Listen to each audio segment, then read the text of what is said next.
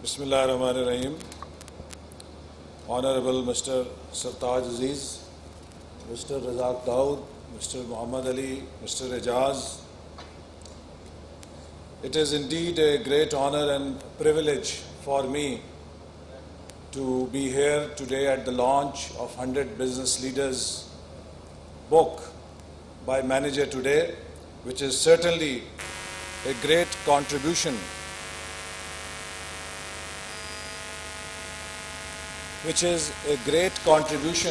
towards promoting leadership in Pakistan.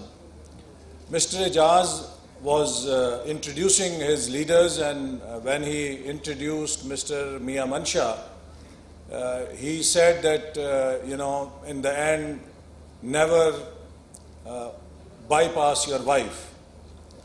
So that reminded me of a quotation that out of 1,000, there is only one man who can be leader of men, because 999 follow women.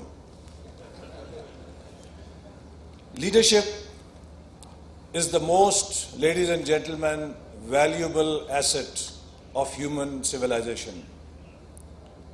From the start of our history till today, if we look at all the great accomplishments, and if there is one factor which can be attributed or accounted for the success, that is great leadership or successful leadership. It is only through leadership that societies, organizations, companies and institutions have had transformational impact. Without leadership, it will be like a herd with no direction, with no purpose. Today, we are living through an age of unprecedented change. Not only we have crisis, as Mr. Sartaj Aziz pointed out, in our home, in our country, but we also live in an age of great crisis globally. Look where United States and North America is today. Look at Greece, look at Spain, look at Italy, look at Europe, look at many other countries. So today we live in an age of a global crisis, and this is partly because human civilization is entering a new era. The 300-year-old industrial revolution age is over, and we are entering a new knowledge and information revolution era, in which the paradigms of human progress, the paradigms of economic development, the paradigms of wealth creation are changing very fundamentally. And whenever such a state of punctuated equilibrium occurs in human civilization, there is a new set of winners and losers.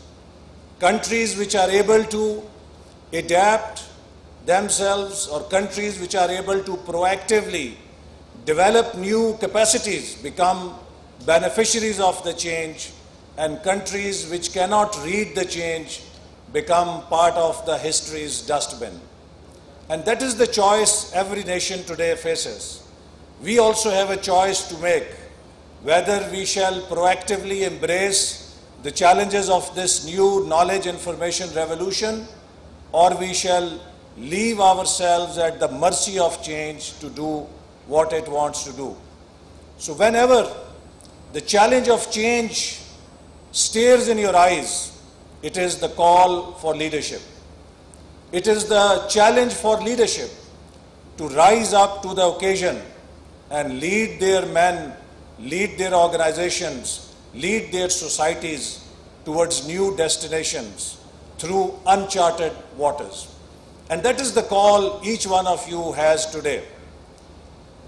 I would also like to say, as it was pointed out, that we somehow have tend to develop a very negative, low self-image of ourselves. ہمارے ہاں مایوسی پھیلانے والے بہت پیغمبر ہیں جو ہمیں ہر وقت یہ بتاتے ہیں کہ دنیا کی سب سے کرپٹ، دنیا کی سب سے ناکام نیشن شاید ہم ہیں. اور جب کوئی نیشن اپنی سیلف امیج کو راک باٹم کر لیتا ہے تو اس کا انجام بھی اسی فرد کی طرح ہوتا ہے کہ جس کی سیلف اسٹیم لو ہوتی ہے تو وہ ڈپریشن کے مرض میں مبتلا ہو جاتا ہے، اور ڈپریشن کے مرض میں مبتلا ہو کے اس میں withdrawal symptoms آ جاتے ہیں اور وہ کچھ کرنے کی صلاحیت کھو دیتا ہے. بہت ہوشیار رہنے کی ضرورت ہے کہ جب ہم اپنی کوتاہیوں کی بات کریں تو اپنی ان سٹرینتھس کو اوور لک نہ کریں، اپنی ان کامیابیوں کو اوور لک نہ کریں کہ جو ہمیں کچھ مستقبل میں کرنے کا خود اعتمادی دینے کا ذریعہ بن سکتی ہیں. آج کے پاکستان کو دیکھنے کے لیے میں اکثر کہتا ہوں کہ ہمیں دو پرزمز کی ضرورت ہے. کسی بھی نظام کو پرکھنے کے لیے آپ کو دو ترازو چاہیے ہوتے ہیں. ایک ترازو ہوتا ہے کہ جس میں ویدر فیکٹرز آتے ہیں اور ایک ترازو ہوتا ہے جس میں کلائمیٹ فیکٹرز آتے ہیں. جو ویدر فیکٹرز ہیں وہ ایک رجیم سے متعلق ہوتے ہیں. ایک اچھی حکومت آتی ہے، اچھی کارکردگی ہوتی ہے، ایک بری حکومت آتی ہے، بری کارکردگی ہوتی ہے.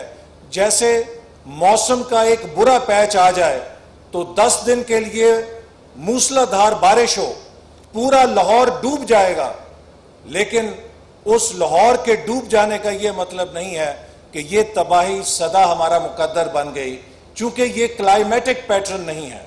وہ ایک بیڈ پیچ آف ویدر تھا، جب وہ ہٹے گا تو دیر ول بی سن شائن، پھر صفائی ہوگی اور پھر آباد کاری ہوگی اور زندگی پہلے سے شاید زیادہ چمک کر سامنے ہمارا استقبال کرے گی.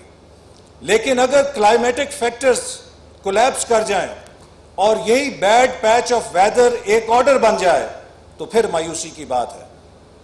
خواتین و حضرات، اگر آپ پاکستان کی ریاست کے کلائمیٹک فیکٹرز دیکھیں، وہ فیکٹرز کے جن پر معاشرے، جن پر ریاستیں قائم ہوتی ہیں، دوام پاتی ہیں اور کامیاب ہوتی ہیں، وہ تمام فیکٹرز ایک ایک کر کے پاکستان کے سدھر رہے ہیں. میں سب سے پہلے رول آف لا کی بات کروں گا. دنیا میں کوئی معاشرہ ناکام نہیں ہوا، کوئی ملک ناکام نہیں ہوا جس میں رول آف لا اور عدلیہ کی آزادی کی تحریک توانا ہو رہی ہو. آج پاکستان میں رول آف لا اپنے آپ کو ایگزرٹ کر رہا ہے. ہم نے پچھلے 60 سالوں کے مقابلے میں قانون کی طاقت میں اضافہ ہوتے دیکھا ہے. آپ نے کب دیکھا تھا کہ پاکستان کی عدالتوں کے سامنے انٹیلیجنس ایجنسیوں کے سربراہوں اور نمائندوں کو بلا کر پوچھا جائے کہ جو لوگ مسنگ ہیں انہیں زمین نگل گئی یا آسمان اٹھا کر لے گیا، اور قانون اور عدلیہ کی طاقت سے وہ بازیاب ہونے میں کامیاب ہوئے ہوں، قانون نے مسنگ پرسنز کو برآمد کرایا ہو. یہ پہلی دفعہ پاکستان میں ہو رہا ہے. This shows the power of rule of law is on ascendancy. کب پاکستان میں ہوا تھا کہ اربوں روپے کے لوٹے ہوئے پیسے لائک رینٹل پاورز پروجیکٹس ان کو کھاتوں سے کسی کے نکال کے دوبارہ خزانے میں ڈلوایا گیا ہو.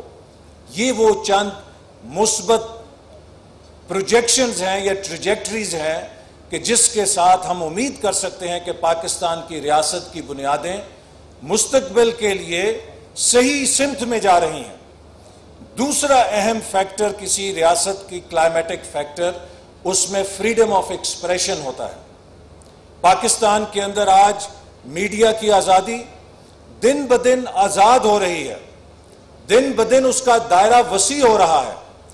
آج پاکستان کے میڈیا پر کون ڈائریکٹر جنرل ISI بنے گا، کیا اس کو ایکسٹینشن ملنی چاہیے یا نہیں ملنی چاہیے، کیا آرمی چیف کی ایکسٹینشن درست تھی یا نہیں تھی، یہ موضوعات زیر بحث آ رہے ہیں جو کہ شجرہ ممنوعہ سمجھے جاتے تھے. آج پاکستان کی پالیسی کا کوئی گوشہ ایسا نہیں رہ گیا جو پبلک ڈسکورس سے چھپا ہو اور دن بدن اس کا دائرہ وسیع ہو رہا ہے. تاریخ میں مجھے نہیں معلوم کہ کوئی ایسا ملک فیل ہوا ہو جس میں فریڈم آف ایکسپریشن اور آزادی رائے پھیل رہی ہو اور وہ ملک فیل ہو گیا ہو. جو ملک فیل ہوتے ہیں وہاں سینسرشپس ہوتی ہیں, وہاں بات کرنے کی آزادیاں چھین لی جاتی ہیں. تیسری مثبت چیز, پاکستان میں 60 سالوں کے بعد تمام سیاسی قوتوں میں اتنی بلوغت آ گئی ہے, سول سوسائٹی میں اتنی بلوغت آ گئی ہے کہ ان تمام کا کنسنسس ہے کہ جو بھی حالات اور واقعات ہیں ہم نے انہیں آئین اور جمہوری طریقے سے حل کرنا ہے. Military intervention is not part of the solution but part of the problem.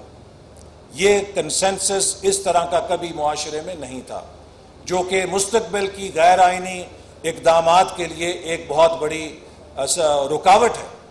اور پھر یہی نہیں بلکہ پاکستان کی تمام سیاسی قوتیں, چاہے وہ مذہبی ہیں, چاہے وہ سیکولر ہیں, چاہے وہ علاقائی ہیں, چاہے وہ قومی ہیں, ان کے جتنے بھی اختلافات ہوں ان سب نے مل کر اس ملک کی بنیادی خد و خال کے اوپر اتفاق رائے کیا ہے.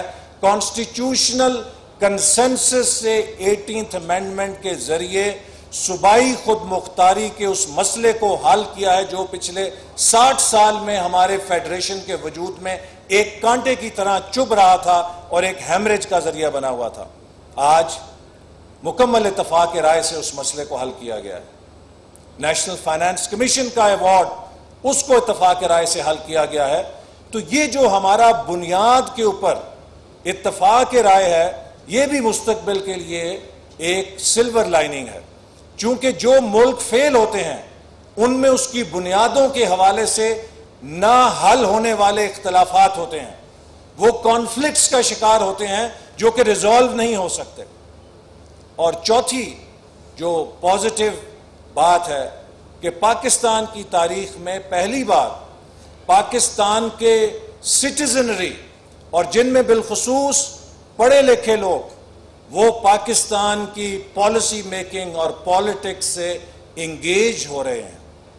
ایک کمپنی جس کی امپلائیز کی لیول آف انگیجمنٹ زیادہ ہو وہ کمپنی کبھی بینکرپٹ نہیں ہوتی. کمپنی وہ ناکام ہوتی ہے کہ جس میں level of engagement rock bottom ہو جائے. تو rising level of engagement of citizenries is a sign of hope, is not a sign of cynicism. تو یہ وہ چند بنیادی ہماری ریاست کی مثبت ٹریجیکٹریز ہیں جن کے اوپر ہم امید کر سکتے ہیں کہ پاکستان کا مستقبل انشاءاللہ تعالی مضبوط ہے اور خوش آئند ہے. ہمیں اگر شکایت ہے تو ہمیں ویدر فیکٹر سے شکایت ہے کہ رجیم نے کارکردگی میں فیل کیا ہے, اور جب الیکشن ہوگا اس میں لوگ ایک نئی حکومت کو منتخب کریں گے جو ان مسائل کو حل کر سکے. اور اگر اچھی حکومت اور پائیدار حکومت اور مضبوط حکومت آ گئی جس میں صلاحیت ہوگی, جس کے پاس میجورٹی بھی ہوگی, تو یقیناً ہم ان ویدر فیکٹرز کا بھی حل تلاش کر لیں گے. لیکن اگر ہم اگلے الیکشنوں سے ایک اور ہنگ پارلیمنٹ میں پھنس گئے تو شاید پھر یہ ویدر فیکٹرز کچھ دیر اور ہمارا پیچھا کریں گے. Leadership is not one size fit all. Leadership کے بارے میں ہمیں سمجھنا چاہیے کہ یہ انٹریکٹیو بھی ہوتی ہے اور اس کے علاوہ یہ ایونٹس میں اکر کرتی ہے. لہٰذا لیڈرشپ کے لیے دو قسم کے فیکٹرز ضروری ہوتے ہیں. ایک وہ راک باٹم فاؤنڈیشن ہے جو کیریکٹر پہ بلڈ ہوتی ہے. Leadership must have the right qualities of character, but then character alone does not deliver. There are many Sufi saints, many people with good intentions who want to do many great things. Having the right intentions or having a very pious character may be necessary condition but is not sufficient condition. चूंकि character की जो primary qualities हैं उनके साथ जो दूसरा tag है वो कॉन्टेक्चुअल क्वालिटीज का होता है. Because leadership occurs in context, it does not occur in vacuum, it does not occur in one kind of a similar scenario. Organization to organization, place to place, industry to industry, there are different contexts. So unless there is a leader who understands his context and has the skills and the characteristics which are needed in that context, he becomes or she becomes an irrelevant leader. And I would like to specially highlight that sometimes we tend to generalize leadership. Leadership in the context of business is very different from leadership which is in the context of military. Because military is a hierarchy driven by command structure. You don't have the freedom in a battlefield कि आप कोई board of governors की meeting बुलाएंगे या आप कोई corporate governance के procedures follow करेंगे. वो एक बैटल की इमरजेंसी की लीडरशिप है जिसमें बहुत रिजिड हायरार्कियल कमांड के स्ट्रक्चर्स होते हैं. इसी तरह कॉर्पोरेट लीडरशिप के साथ social, religious and civic leadership is different. And lastly political leadership is very different. When we expect leadership from our politicians, we often tend to apply the rules of corporate leadership on political leadership. If we do not understand the dynamics of the two systems, we can be very erroneous in our judgment. Corporate systems, ladies and gentlemen, are closed systems. It is much easier to run an organization where you choose to recruit MBAs from LUMS, you choose to recruit MBAs from IBA, you choose to recruit engineers from GIK, NED or UET Lahore, the top notchers, and then you try to accomplish something with that dream team. But when it comes to running a system which has 180 million people, 60% of whom are illiterate, which has all the ethnic, sectarian fault lines and divides, it is a very open system. You don't get to choose who will be your employees. Your people are given. Those are 180 million people with all the contradictions they carry. So therefore, when it comes to political leadership, it is a different context. And I would, before I conclude, because I have the flag of time, let me just share with you 2-3 examples of all the great leaders who have performed in transforming their nations. How were they developed and who were these leaders? Let us start with Mahathir. We are very fond of Prime Minister Mahathir. He did great thing. Did Prime Minister Mahathir come from some outside world, or he was sitting outside and one fine morning he decided my country is going down the drain and let me be the reformer? No, it didn't happen like this. Mahathir was brewed like coffee in the system for many years. In 1964, Mahathir became member of the parliament. In 1973, he became senator, and subsequently he served as education minister, as trade minister, commerce minister, and also as deputy prime minister before he was ready to fill the shoes of prime minister and transform his country to where Malaysia went. Let us look at another transformational leader of our times, Deng Xiaoping. Was it that Deng Xiaoping all of a sudden came to power in 1976 and became the big reformer? He started his career in 1949, almost 30 years before he took reins of China. He had 30-year solid experience of governance which brewed him to be the ultimate reformer of China. He served as a mayor. In 1952, he became Deputy Prime Minister. And then finally, he became the leader of China and was able to transform China. Tayyip Erdogan just left our country. In 1991, he became the Member of Parliament. 94 to 98, he served as Mayor of Istanbul, which is equivalent of Chief Minister of Punjab. And through that experience of governance, he was able to lead Turkey where he is today. Chancellor Kohl, who unified Germany, the great leader and statesman of Germany, he became Chancellor in 1982, but he started his career in 1960 as a municipal councillor. Why I am saying this is because we have to understand that political leadership has to understand the context, the architecture of power which it aims and seeks to change, because in public sector, in governments, there are interests, very strong vested interests. And if you do not understand and know the architecture which you seek to change, this machinery has all the inertia to throw you out of, throw you from its back like a Muzor Ghoda will throw an Anari rider. An untrained Ghoda will throw an Anari rider and refuse to be tamed. So therefore, it is very important for us to understand the different natures of leadership, and certainly leadership comes through continuity. If today Pakistan is suffering, it is not that we don't have good quality leaders. It is suffering because our systems were disruptive. Pakistan was the first country in South Asia to start deregulation, liberalization and privatization.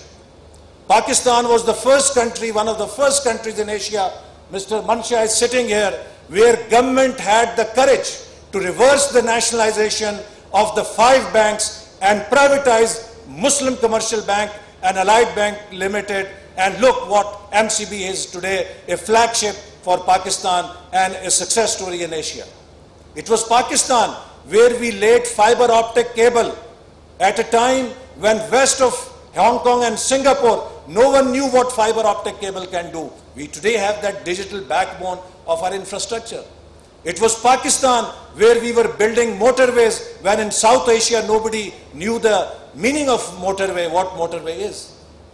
It was Pakistan in 98 when we articulated and set Vision 2010 for ourselves. I remember in Colombo how Indian economists were chasing me. They wanted me to give them the details of what Pakistan Vision 2010 was, just like Manmohan Singh was chasing Sartaj Aziz Saab when he introduced all those reforms. So Pakistan was the leader at a time, but those policies were not allowed to continue. So therefore, the success comes through continuity. And if we allow continuity of the system, our institutions will grow, our governance will be better, and we will have the kind of leadership, experienced leadership, brewed leadership who understands the system and who has the vision to change this country. If we could change the direction in 90s, yes, today also we can change the direction, because Pakistan has all the endowments it deserves and it needs to become a rising star of Asia. So let me conclude that leadership, ladies and gentlemen, it has been, as it was said, starts with the positive will and positive self-image, a clear vision and the courage to persevere in the face of all the hardships and the resistance, because leadership is not a bed of roses. Leadership is about disturbing the status quo, and when you disturb the status quo, you make enemies. It's about courage also. You need to have that courage to persist with your vision and direction to be able to defeat status quo for a better tomorrow. And I hope with this galaxy of young leaders of Pakistan, each one of you can be that rising star. Each one of you has the potential to be the Tayyip Erdogan of tomorrow. Each one of you has the potential to be Deng Xiaoping of Pakistan, and I hope this galaxy of leaders will make that change for Pakistan, that Pakistan will deserve its rightful place. And I conclude with the following verses کہ خدا کرے کہ میرے ایک بھی ہم وطن کے لیے حیات جرم نہ ہو, زندگی وبال نہ ہو, اور خدا کرے کہ میری عرض پاک پر اترے وہ فصل گل جسے اندیشہ زوال نہ ہو.